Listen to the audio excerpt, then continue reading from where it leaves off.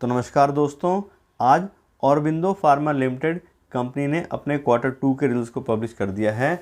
और यहाँ पे कंपनी के नंबर्स देखें तो इस क्वार्टर में कंपनी के रेवेन्यू भी कम हुए हैं और साथ साथ कंपनी का नेट प्रॉफिट भी कम हुआ है। और अब हम डिटेल में बात करते हैं कंपनी के नंबर्स की और सबसे पहले चेक करते हैं कंपनी के रेवेन्यू। इस क्वार्टर में कंपनी के रेवेन्यू आए हैं 5,674 करोड़ रुपये, जबकि पिछले क्वार्टर में 6,236 करोड़ थे। और पिछले साल के सितंबर 2021 के क्वार्टर में कंपनी के रेवेन्यू 5,942 करोड़ थे। और यहाँ पे कंपैरिजन करें तो क्वार्टर बेस पे कंपनी के रेवेन्यू 9% कम हुए हैं और ईयर ऑन ईयर बेसिस पे कंपनी के रेवेन्यू 5% कम हुए हैं।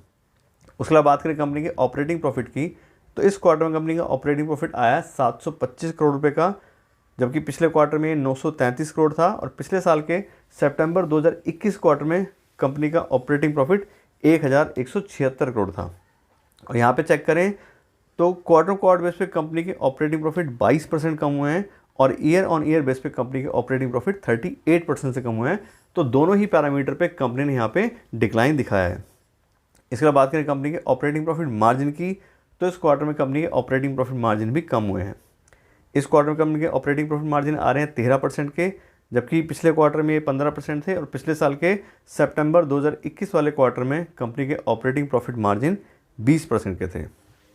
ऐसे चेक करें कंपनी का नेट प्रॉफिट, तो इस क्वार्टर में कंपनी का नेट प्रॉफिट आया 410 करोड़ रुपए का, जबकि पिछले क्वार्टर में ये 520 करोड़ था। और पिछले साल के सितंबर 2021 क्वार्टर में कंपनी का नेट प्रॉफिट 697 करोड़ था। और यहाँ पे क्वार्टर बेस पे कंपनी का नेट प्रॉफिट 21% कम हुआ है और ईयर ऑन ईयर बेस बात करें तो 41% कंपनी का नेट प्रॉफिट कम हुआ है। तो नेट प्रॉफिट में भी दोनों ही पैरामीटर पे डिक्लाइन आया है। उसके बाद बात करें कंपनी की अर्निंग पर शेयर की, तो इस क्वार्टर में कंपनी की अर्निंग पर शेयर आ रही है 6,99 रुपये, जबकि पिछले क्वार्टर में ये 8,88 थी। और पिछले साल के सितंबर 2021 के क्वार्टर में कंपनी की अर्निंग पर शेयर 11,90 थी। और इसमें भी 21% गिरावट आई है क्वार्टर बेस पे और 41% गिरावट आई है ईयर ऑन ईयर बेसिस पे। तो ये अर्निंग पर शेयर भी इस क्वार्टर में कंपनी की कम हुई है। तो कुल मिला के देखें तो कंपनी ने सारे ही पैरामीटर पे डिक्लाइन दिखाया है। कंपनी का रेवेन्यू भी कम हुआ है और साथ साथ कंपनी के नेट प्रॉफिट भी कम हुए हैं। तो ये तो हो गई रिजल्ट्स की बात। अब हम बात करते हैं कंपनी के करंट प्राइस की, कंपनी की वैल्यूएशन की और साथ साथ इन रिजल्ट्स को देख करके हमें अपने क्या इन्वेस्टमेंट डिसीजन लेने चाहिए। अगर हमने इन्वेस्ट किया है तो हमें क्या करना चाहिए, और अगर हम इस कंपनी में अपना पैसा इन्वेस्ट करना चाह रहे हैं तो उसके लिए हमें क्या करना चाहिए। तो सबसे पहले बात करते हैं कंपनी के करंट शेयर प्राइस की।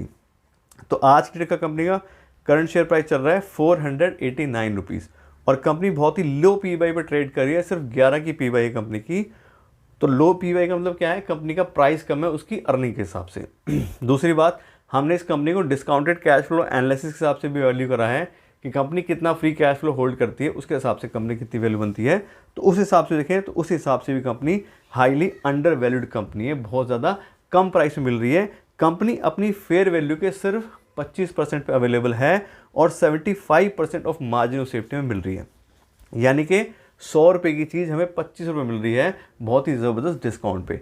अब उसका रीज़न क्या है, उसका रीज़न ये है कि जो औरबिंदो फार्मा है वैसे तो बहुत अच्छी कंपनी है, बहुत बढ़िया कंपनी का बिजनेस है, मतलब बात करें तो फार्मा सेक्टर की लीडिंग कंपनी से एक है। लेकिन कंपनी का जो रिवेन्यू है वो 90% एक्सपोर्ट्स की मार्केट से आता है।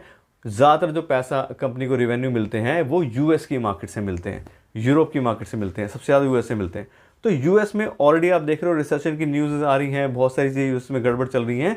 तो जितनी भी ऐसी कंपनीज हैं जिनका यूएस से बिजनेस होता है, वहाँ से कंपनी को पैसा मिलता है, रिवेन्यू मिलता है, उन कंपनी को लेकर के लोगों के अंदर सेंटीमेंट ख़राब है। इस वजह से कंपनी को कोई भी परचेज़ नहीं कर रहा है। उस वजह से कंपनी की मेनली ज़्यादातर जो बात करें शेयर प्राइस हैं वो डाउन पड़े हैं। ऐसा नहीं है कि कंपनी के बिजनेस में अब तक आप देखो तो बहुत ज़्यादा डिक्लाइन आया है। 9-10% का ऊपर नीचे रेवेन्यू होना कोई बड़ी बात नहीं है, थोड़ा बहुत चलता रहता है। लेकिन बात यह है कि अगर आपने इसमें इन्वेस्ट किया तो क्या करें।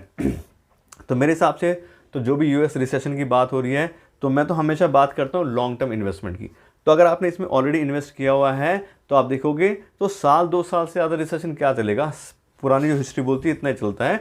उसके बाद में जो अच्छी कंपनी है वो वापस से रिकवर करेंगी और हमें और अच्छे से पैसा कमा के देंगी।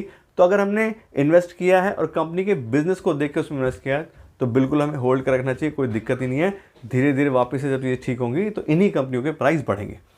दूसरी बात आ गई नया पैसा इन्वेस्ट करने की, तो बिल्कुल करना चाहिए इस टाइम पे पैसा इन्वेस्ट, क्योंकि अच्छी कंपनी है, बहुत ही कोड़ियों के दाम पे मिल रही है, और जब वापस से मार्केट ठीक होगी यूएस की सब चीज़ों की, तो यही कंपनी हमें पैसा कमा के देंगी। तो नया पैसा इन्वेस्ट करने के लिए बहुत भी टाइम है, और अगर आपने ऑलरेडी इन्वेस्ट किया है तो बिल्कुल होल्ड कर रखिए, कोई पैसा अपने को निकालने की ज़रूरत नहीं है, क्योंकि इस टाइम पे निकालेंगे तो वैसे भी लॉस होगा।